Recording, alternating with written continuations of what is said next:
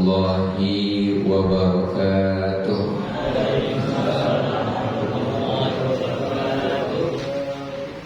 Alhamdulillah, al-khairu wasyarru bimasyiatillah.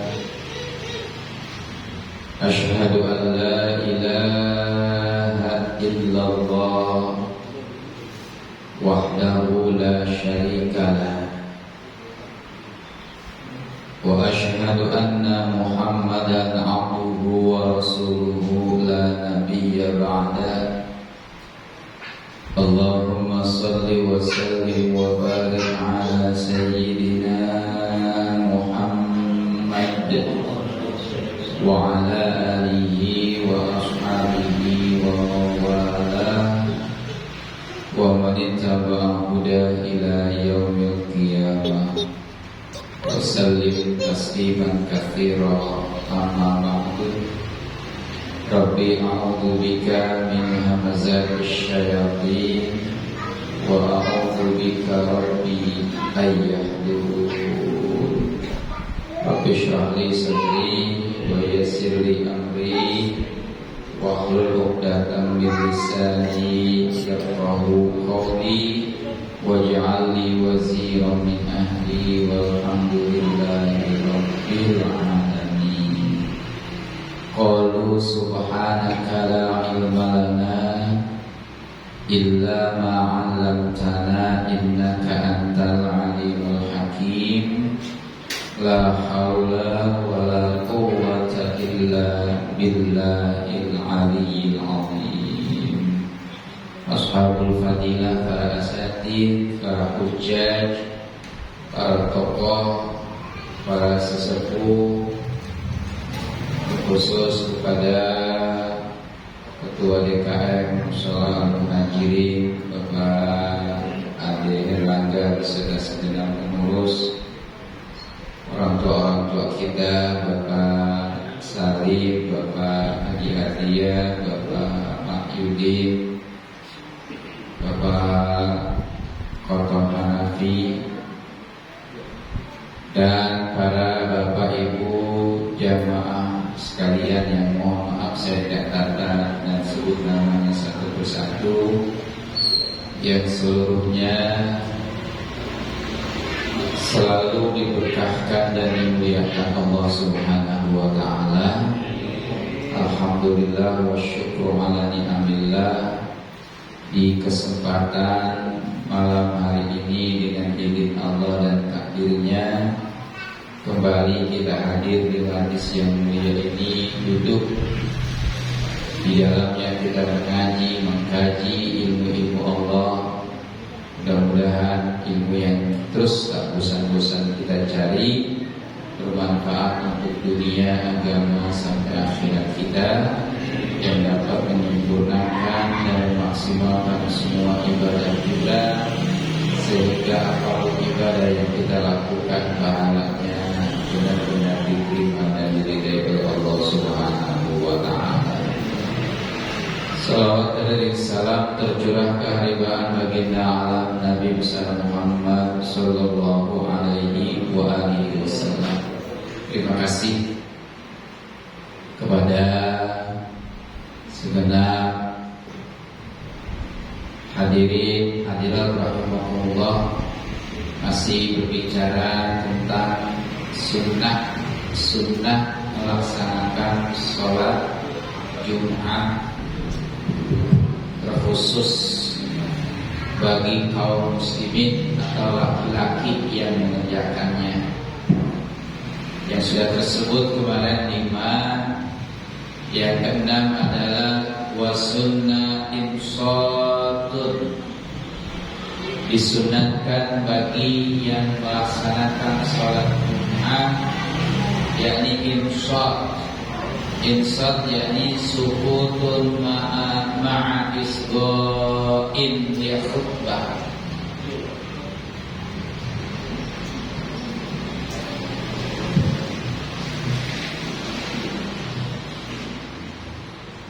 Yakni sukut dia ma'a isgo', disertai dengan menyimak dan memaknai dan memahami li khutbatin, dari isi khutbah. Jadi bukan sekedar diam saja, tapi dia juga mendengar, menyimak, memperhatikan dari apa yang disampaikan khatib di dalam khutbah. Karena ada orang diam tapi nggak memperhatikan, di antaranya tidur atau melamun dan lain sebagainya. Yang disunatkan di sini insaf, artinya diam tanpa bahasa, yakni ma'isghar, disertai dengan memperhatikan dan memaknai isi khutbah dari khutbah yang disampaikan oleh sang khatib. Bahkan yusannu dzalika wa in lam yasma'il khutbah, disunnatkan insaf atau berdiam tanpa bahasa.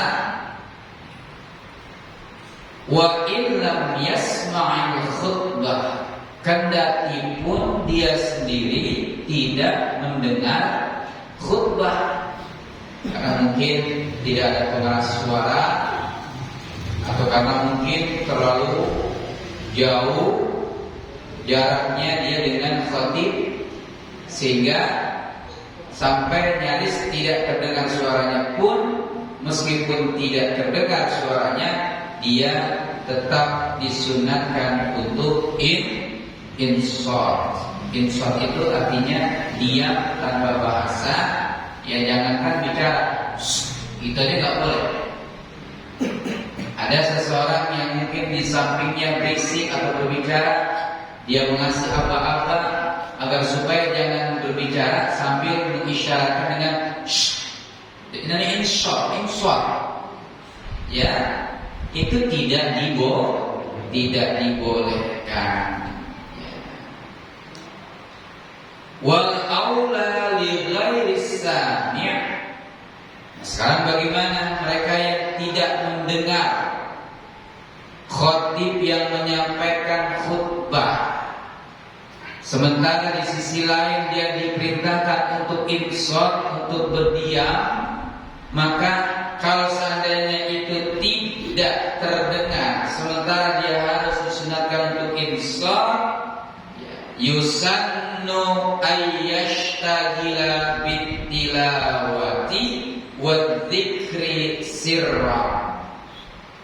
Ini kalau seandainya nggak kedengaran sama sekali, ya, nggak kedengaran khatib sedang khutbah, tapi jauhnya atau nggak ada pengeras suara, sementara dia harusnya, tapi meskipun dia disunatkan lebih aula, yakni dengan at-tilawah, boleh membaca Al-Quran, wa dzikri sirra, atau berzikir secara sir. Apa sir? Pelan, cukup dia sendiri yang mendengar. Nah, ini namanya solusi agar supaya diamnya itu dia tidak terbawa oleh tidur alias ngantuk. Maka menyibukkan diri bagaimana dengan caranya? Di satu sisi memang dia harus mendengarkan, tapi nggak kedengaran. Maka kalau dia berhenti atau kalau dia tidak mendengarkan tanpa kedengaran khutbah, maka bisa jadi membawa dia untuk tidur. Nah, al-aula kata guru kita, yang utama bagi yang tidak mendengarkan khutbah, supaya ayyashtagila bittilawati wadzikri awadzikri sirra, boleh dia dengan membaca Al-Quran atau berzikir tapi secara sir, pelan. Maksudnya sir di situ artinya jangan sampai orang lain mendengar di sampingnya, cukup dia sendiri yang mendengar. Masya Allah. Ya, ini tanpa mengurangi daripada manfaat insaf. Karena kan orang insaf itu harus mendengar, sementara dia tidak mendengar sama sekali. Maka itulah solusinya supaya dimanfaatkan. Wa yukrahul kalam wa la yuhramu. Makruh berbicara wa la yuhramu, tapi tidak diharamkan. Khilafan lil a'immatis salasah, sebagaimana pendapat 3 mazhab yang lain, ya, itu mengatakan tidak haram kecuali 1 mazhab.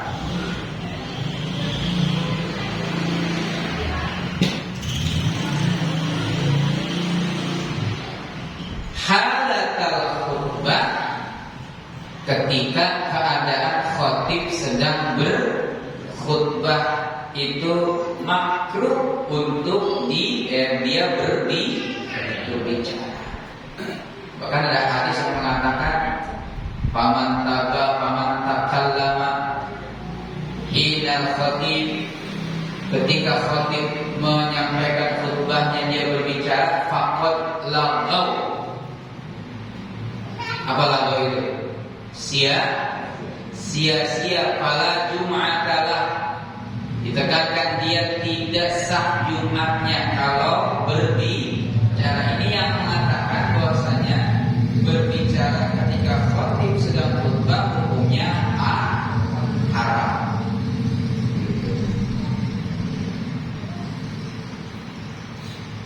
La qablaha walau ba'dal julusi 'alal mimbar wala ba'daha wala bainal khutbataini. Tapi tidak makruh berbicara halata qoblal khutbah, ketika imam belum menyampaikan khutbah. Alias dari azan, kan imam lagi duduk tuh. Dari azan, ada yang azan pertama, ada yang azan kedua. Ada yang satu melaksanakan khutbah dengan azan satu saja pertama, langsung dia melaksanakan khutbah. Ada yang azannya kedua. Nah, ketika dia sedang duduk sebelum menyampaikan khutbah, itu masih tidak dimakruhkan untuk berbicara. Nggak makruh, tapi tidak etis, ya, tidak beradab kalau sedang ada dia berbicara. Gitu, ya. Jadi kena hukumnya itu bukan karena apa? Bukan karena dia berbicara ketika khatib belum menyampaikan khutbahnya, dia terkena hukum itu makruhnya ketika ada dia berbicara. Gitu. Ya, lain hukumnya jadinya permasalahan yang satu itu.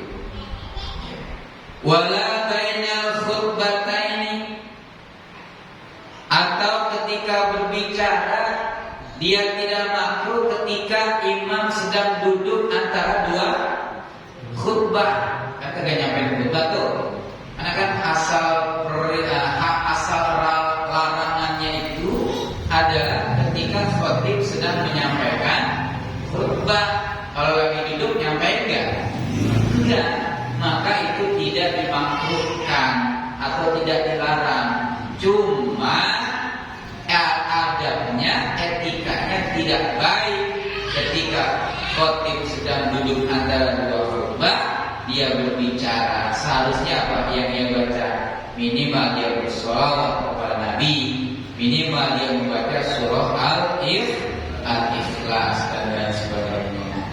Wala alat doa, juga gak makruh berbicara ketika khatib sedang berdoa lil muluk, untuk para raja-raja. Wala lidakhili masjidin illa inittakhadha lahu makanan wastaqarra fihi. Juga tidak makruh berbicara bagi orang yang baru masuk ke dalam masjid. Ya, nggak makruh dia berbicara ketika orang baru masuk ke dalam masjid, illa kecuali ini takhadalahu makanan wastaqarra fihi, kecuali jika dia berbicara untuk minta tempat untuk dirinya. Misalkan apa? Geser, itu nggak boleh, makruh jadinya. Kecuali kalau seandainya dia lihat ada tempat, dia masuk sendiri, dia berbicara nggak ngapa-ngapa, itu berarti tidak makruh. Tapi yang dimakruhkan ini adalah berbicara kepada orang lain, geser. Misalkan saya mau tempat di situ, jadi itu namanya memesan tempat, meminta tempat untuk dia bisa duduk di situ. Itu yang dimakruhkan seperti itu. Ya, bagi yang dia berbicara sendiri, begitu misalkan ketika baru masuk, maka itu tidak dimakruhkan. Wa yukrahu lidakhilis salam wa illam ya'khudh li nafsihi makanan lashtighali al-musallami alaihim. Makruh juga bagi orang yang sedang masuk ke dalam masjid mengucapkan salam di tengah khutbah berjalan. Ya, sekalipun untuk mengambil tempat buat dirinya, karena meskipun ada seorang imam yang diberinya salam itu. Jadi kalau seandainya nanti dia mengucapkan salam, membuat orang yang diucapkan salam itu sibuk untuk menjawab salam. Ini yang menjadi bolehkannya di situ. Oleh karena itu, ketika khatib sedang melaksanakan khutbah, masuk aja, nggak usah pakai. Ya, ternyata tadi minggir aja, jangan kan ngucapin minggir, ngucapin salam aja juga dimakruhkan. Lakin fa'in sallama lazimahu murrad. Kalau ada yang masuk ke dalam masjid sementara khatib sedang melaksanakan khutbah, maka lazimahu murrad. Orang lain wajib menjawab. Ini bahayanya mengucapkan salam, hukumnya sunnah mengucapkan salam, tapi jawabnya wajib. Cuma harus nggak semuanya, ya, nggak semuanya ada 1-2 sebagai wakil atau fardu untuk menggugurkan yang lainnya. Karena hukumnya adalah wajib kifayah. Tadi nih saya mengucapkan salam, hukumnya sunnah, tapi bapak-bapak menjawab atau ibu menjawab, hukumnya wajib. Cuma kalau udah ada sebagian yang menjawab, udah gugur yang lainnya, gitu. Ya, gitu. Cuma para khatib kadang-kadang atau para penceramah kadang-kadang jawaban salam yang kurang medok diulangi lagi, gitu. Ya, sebetulnya kalau seandainya udah ada satu aja yang jawab, sudah gugur yang lainnya. Karena hukum menjawab salam adalah fardu kifayah, bukan fardu ain. Kalau fardu ain semuanya wajib menjawab itu. Wa yusannu tashmitul atis. Tadi menjawab salam tetap wajib, cuma enggak dianjurkan untuk mengucapkan salam ketika masuk masjid, ketika khatib sedang khutbah. Nah, sekarang ada yang atis itu ada yang bersin. Ya, ada yang bersin, maka yusannu tashmitul atis. Sunnah memujikan orang lain yang sedang bersin. Tashmid itu artinya menjawab ucapan alhamdulillah. Yang bersin mengucapkan alhamdulillah, maka yang dengar ya artinya memberikan pujian kepada mereka yang sedang bersin. Waraddu alaihi, bahkan sunnah juga untuk menjawabnya. Ya, yahdikumullahu wa yuslihu balahu. Wa raf'us shaut, bahkan bersuara agak keras untuk menjawabnya, min ghairi mubalaghatin bis sholati wassalam inda dzikril khatib ismahu law wasfahu. Tidak terlalu di dalam membaca sholawat salam kepada Nabi Sallallahu Alaihi Wasallam di waktu khatib menyebut asma atau sifat Nabi Muhammad Sallallahu Alaihi Wasallam. Jadi ketika khatib sedang mengucapkan Allahumma sholli ala sayyidina Muhammad, itu pendengarnya enggak wajib atau enggak terlalu disunahkan untuk menjawab sholawat kepada Nabi. Ya diam aja, karena memang perintahnya untuk diam, kecuali amin dan lain sebagainya. Qala syekhuna, berkata guru kita, wala yaqudu nutqut taraddi 'anis sahabati bila rafi shautin wa kadza tahmid li du'a'il faqih. Guru kita berkata,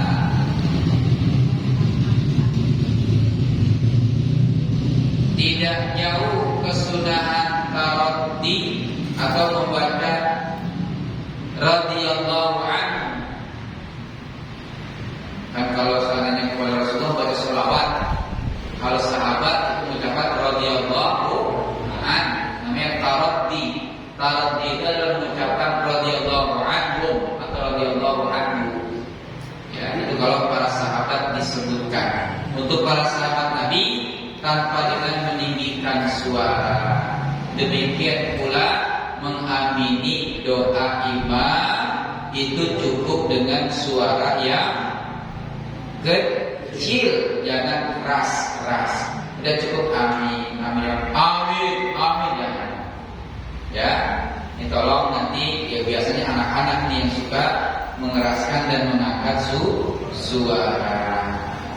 Bahkan wa tukrahu tahriman walau liman lam talzamul jum'ah ba'dal julus atau ba'da julusil khatib 'alal mimbar wa in lam yasma'il khutbah salatu fardin walau fa'idatan tadzakkara al-an wa in lazimathu fawran aw naflin walau fi halid du'a'i lis-sultan.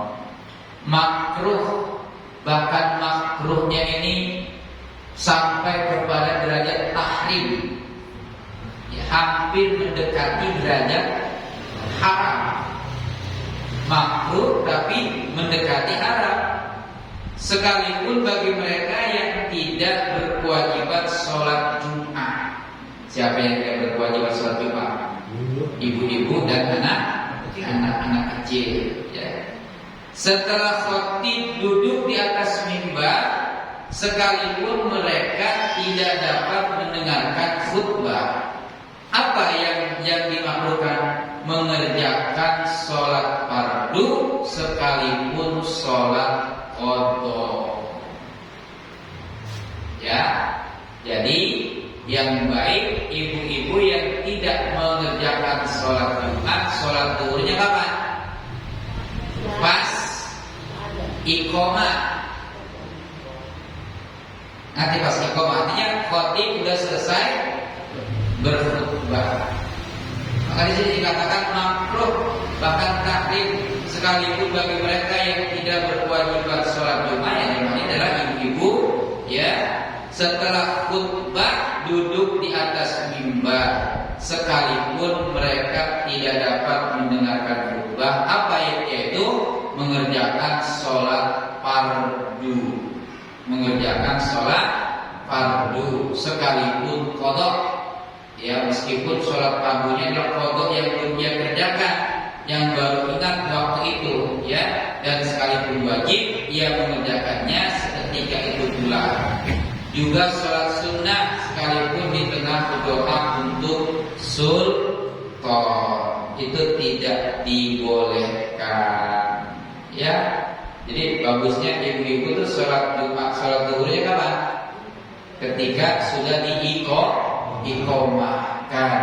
Kan kalau diiqomah itu berarti yang mengerjakan sholat Jumat sudah mengerjakan, siap untuk mengerjakan sholat Jumat, begitu. Ya, ini adalah hukumnya makruh, tapi makruhnya hampir mendekati perbuatan haram. Wal auju annaha la tan'aqidu kas-sholati bil waqtil makruh bal aula. Dari berbagai wajah atau dari berbagai beberapa pendapat dapat diketahui bahwasanya apa? Sholat-sholat seperti ini tidak menjadi sah. Ya, tidak menjadi sah sebagaimana melakukan sholat di waktu-waktu yang makruh. Karena ini adalah waktu yang makruh untuk melakukan sholat-sholat fardu ketika apa? Khatib sedang menyampaikan khutbah. Jadi nanti kalau seandainya memang idealnya waktu sholat fardu itu adalah setelah khatib selesai mengerjakan khutbah, alias setelah iqamah. Bal aula, bahkan lebih berhak untuk tidak menjadi. Artinya ya, itu sholat dianggapnya tidak ada artinya, ya, alias tidak sah karena belum dimulai waktu sholat. Wa yajibu 'ala man bi sholatin takhfifuha bi ayyaqtasira 'ala aqalli majzi'in 'inda julusihi 'ala mimbar. Wajib bagi orang yang di tengah mengerjakan sholat, ya. Wajib bagi orang yang tengah mengerjakan sholat sedang khatib sudah duduk di atas mimbar. Ketika khatib mau naik ke mimbar kan dia duduk tuh, duduk. Sementara pada sholat wajib bagi yang mengerjakan sholat ketika khatib sedang duduk di atas mimbar bi ayyaqtasira, supaya menyegerakan sholatnya ala aqalli majzi'in 'inda julusihi 'ala mimbar, ya, dengan cukup melakukan aqallul mujzi atau paling sedikit dalam perbuatan dilakukan yang sudah mencukupi. Artinya cepatnya di situ tanpa mengurangi rukun-rukun dan yang wajib. Jangan memperlambat. Jadi dalam hal ini apa? Inilah yang harus kita pahami. Di waktu khutbah maka tidak boleh sholat.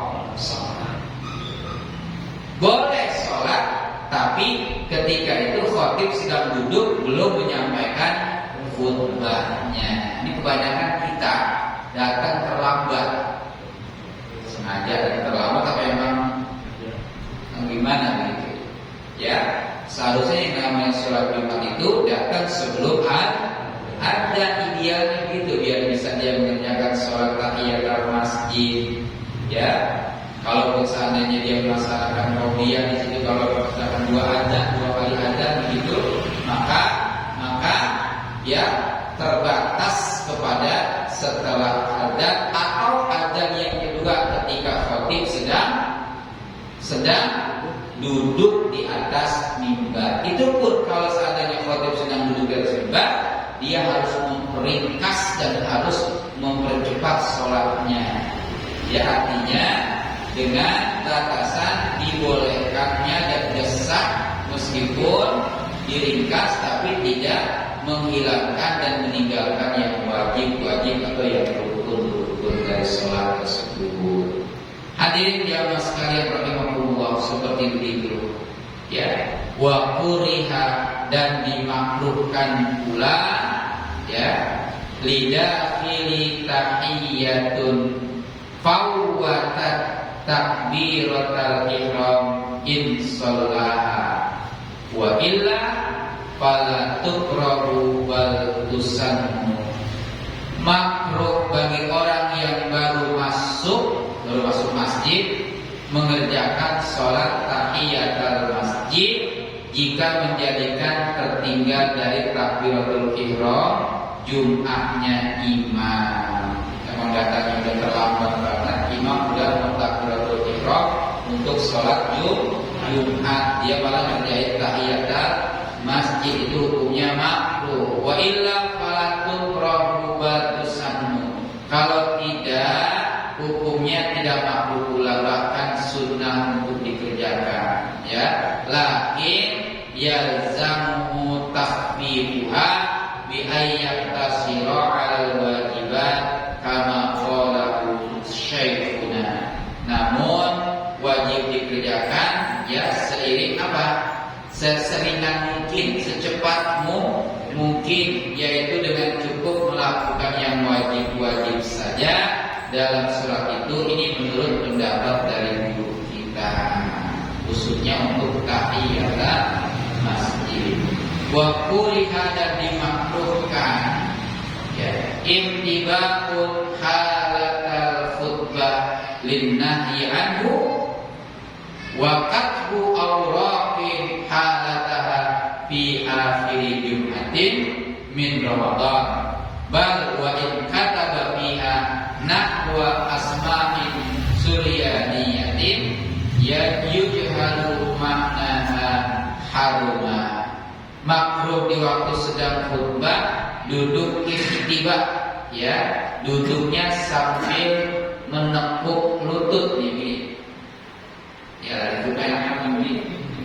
Ya, kayak orang ngopi duduk di warung kopi gitu. Jadi itu makruh duduknya begitu. Duduknya yang rapi, yang beretika lah ketika ada dalam masjid. Jadi juga jangan sambil begini, enak banget nih. Gitu. Ya, sambil dengerin khutbah gitu. Ya, itu duduk dengan dengkul ya menalikan semacam sorbat pada lutut dengan badan. Jadi tangannya kayak di selempangkan sorbat. Linnahi anhu, karena itu dilarang. Kemudian wa kataba awraqin halataha, ketika khatib sedang berkhutbah dia menulis, meringkas atau mengambil intisari isi kandungan khutbah, dia menulis, itu tidak boleh.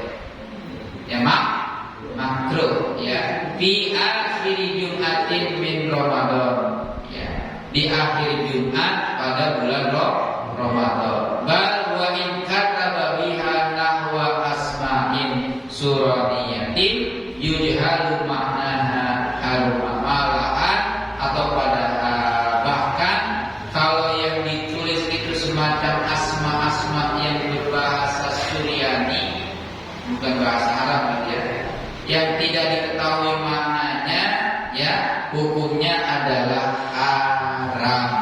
Itu semuanya adalah kesunahan bagi mereka-mereka yang sedang melaksanakan sholat Jumat.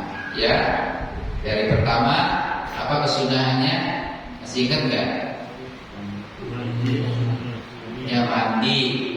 Setelah itu berpakaian yang baik. Kemudian setelah itu wangi-wangian. Setelah itu ya apa? Ya, potong kuku. Ya, termasuk di antaranya. Yang kelima apa lagi? Termasuk di antaranya rambut-rambut selain rambut di kepala, ya. Itu termasuk di antaranya. Dan yang terakhir tadi adalah al-insot. Yang terakhir adalah insot. Ya. Yang pertama mandi, yang kedua mengenakan wangi-wangian, kemudian yang ketiga memakai baju yang paling baik, yang keempat mengenakan sorban, yang kelima memotong kuku, rambut dan lain sebagainya, ya. Dan yang terakhir tadi adalah melaksanakan insot di diam tanpa bahasa. Itu adalah sunnah-sunnah yang harus dikerjakan bagi mereka-mereka yang mengerjakan sholat Jumat. Nah, nanti ada sunnah-sunnah yang harus dikerjakan kepada semua umum tanpa terkecuali, baik yang mengerjakan Jumat ataupun tidak. Insya Allah nanti kita akan bahas pada pertemuan yang akan datang dari Allah. Sampai di sini ada pertanyaan barangkali, silakan. Pak, kalau kita sholat di tempat yang ada sekali, kadang-kadang kan ada coba setelah azan ada namun sholat kerja juga, itu sebaiknya gimana Pak? Setelah azan Yang pertama, dia kan ada yang ada sekali, nah, itu kan berarti baik tuh.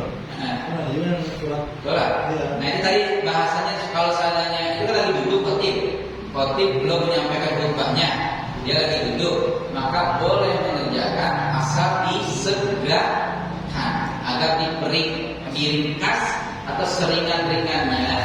Tapi maksudnya ringkas di sini artinya apa? Jangan meninggalkan yang wajib, rukun. Pokoknya rukun yang disempurnakan. Ya minimal kalau nggak baca surah ya baca Fatihah, gitu ya. Jadi karena rukunnya yang harus disempurnakan. Ini jadi menyegerakan atau meringkas atau sifatnya ya jangan memperlambat. Itu boleh dikerjakan seperti itu. Maka PR buat kita sekalian, ya kalau seandainya memang kita datang ke masjid khotib udah berubah, ya udah baik langsung duduk dengerin. Karena memang tidak ada kesunahan di sini. Dulu justru malah makruh dimakruhkan untuk mengerjakan ini semua. Ya, jangankan yang datang ke masjid untuk melaksanakan Jumat, yang kagak ngerjain Jumat juga bagi wanita itu makruh mengerjakan sholat fardu, ya, supaya karena yang namanya khutbah didengerin, supaya dengerin, ya, khutbah hari raya nih bagi yang khusyuk, mereka perempuan yang haid, supaya datang ke masjid ngapain? Dengerin khutbah. Aku nggak sholat, dengerin khutbah. Karena yang namanya khutbah wajib didengari. Gitu. Karena korelasinya itu kalau nggak salah firman Allah, wa idza quri'al Qur'anu fastami'u lahu ya wa ansitu la'allakum turhamun. Apabila dibacakan ayat-ayat Allah maka dengerin. Nah, bahasa istima mendengar di situ bukan ketika orang membaca Al-Qur'an aja. Korelasinya banyak. Dengerin khutbah, dengerin imam baca surah Al-Fatihah, dengerin guru lagi ngajar. Kadang-kadang guru lagi ngajar dia orang ngajar juga. Dengerin, tuh dengerin orang tua lagi nasihatin. Itu korelasinya ditafsir begitu. Jadi mendengarkan di sini bukan dalam artian dengerin orang baca Quran aja. Kalau imam lagi baca Fatihah, makmum dengerin. Kemudian khotib lagi berkhutbah, semuanya dengerin. Begitu. Termasuk guru menyampaikan pelajaran, dengerin. Orang tua menyampaikan nasihat, dengerin. Gitu. Karena kalau orang tua nasihatin, dianya malah ngocek juga. Nah, begitulah hadirin yang sekalian Allah. Ya, jadi intinya memang kita harus disuruh mendengar. Ya, kita ada lagi nih. Silakan. Ustaz, jadi kalau ibu-ibu di rumah, kalau misalnya ada kedua, nggak boleh mengerjakan sholat. Ya, itu perintahnya kalau mengerjakan sholat itu dihukumi sebagai perbuatan yang makruh jadinya. Karena di situ tetap diperintahkan meskipun dia nggak ngerjain sholat Jumat, dia suruh dengerin. Meskipun nggak dengar, paling tidak punya ukuran kapan nanti dimulainya sholat Jumat. Nanti pas iqomahnya baru. Jadi ini tepat idealnya melaksanakan sholat zuhur bagi yang tidak mengerjakan sholat Jumat. Gitu. Baik, gitu. Tapi kalau dikerjain juga, ya sah sholatnya, cuma hukumnya adalah makruh gitu. Ya karena disuruh mendengar. Ya termasuk dia tadi ya hari rayanya perempuan yang haid supaya datang ke tempat sholat bukan sholat tapi malah suruh dengar. Ya gitu barangkali sudah. Ini ilmunya baru kita ketahui, kemarin belum paham. Alhamdulillah tahu itu sekarang. Ada lagi yang lain? Ya, boleh.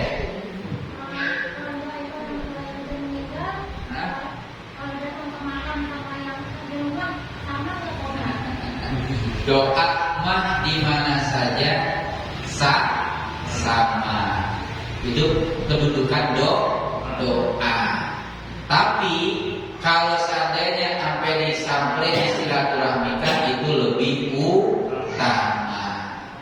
Doa kedudukan sama, mau di makam kek, mau di rumah kek, itu doa juga tetap sampai. Cuma lebih utamanya ya sama kalau kita sampai ke sana atau samperin kita ziarahi ke sana. Karena ada kesunahan atau ada perintah untuk berziarah yang dulunya dilarang gitu. Ya, yang mengubahnya begini, ibu dikirimin anak setiap bulan uang 5 juta, beras 2 karung gitu. Sama perlengkapan dapurnya misalkan berapa, udah sempurna semua. Datang ke kepada ibu, seneng nggak? Seneng nggak kira-kira dibawain anak seperti itu? Terus apalagi kalau anaknya datang, seneng nggak kira-kira? Tambah senang gitu. Ya. Tapi kalau alqomah dianggap sebagai anak yang durhaka. Alqomah sama ibunya dianggap sebagai anak yang durhaka. Kenapa? Kirimannya doang datang. Gitu. Kirimannya doang datang, orangnya mah kagak datang. Pengen ibunya biarin dah, kirimannya mah kagak nggak nyampe, yang penting orangnya gitu. Ya beda sama orang muhajirin. Kalau orang muhajirin biarin orang kagak datang, yang penting kirimannya berada. Jadi intinya ya lebih utama kita mendoakan ibu pada ketika ziarah. Namun kalau berhalangan ya dari rumah juga sampai juga doanya gitu. Tetap kedudukan doa mau di ziarah atau di tempat ziarah atau di rumah tetap sampai kedudukannya. Itu aja Bu bedanya. Ya. Ada lagi yang lain? Cukup ya? Ya, mudah-mudahan bermanfaat. Ya, mudah-mudahan dapat kita amalkan dalam kehidupan sehari-hari. Terima kasih dan mohon maaf. Terima kasih atas perhatian. Subhanallahumma wa bihamdika asyhadu an la ilaha illa anta astaghfiruka wa atubu ilaik. Billahi taufiq wal hidayah wal afu minkum. Wassalamualaikum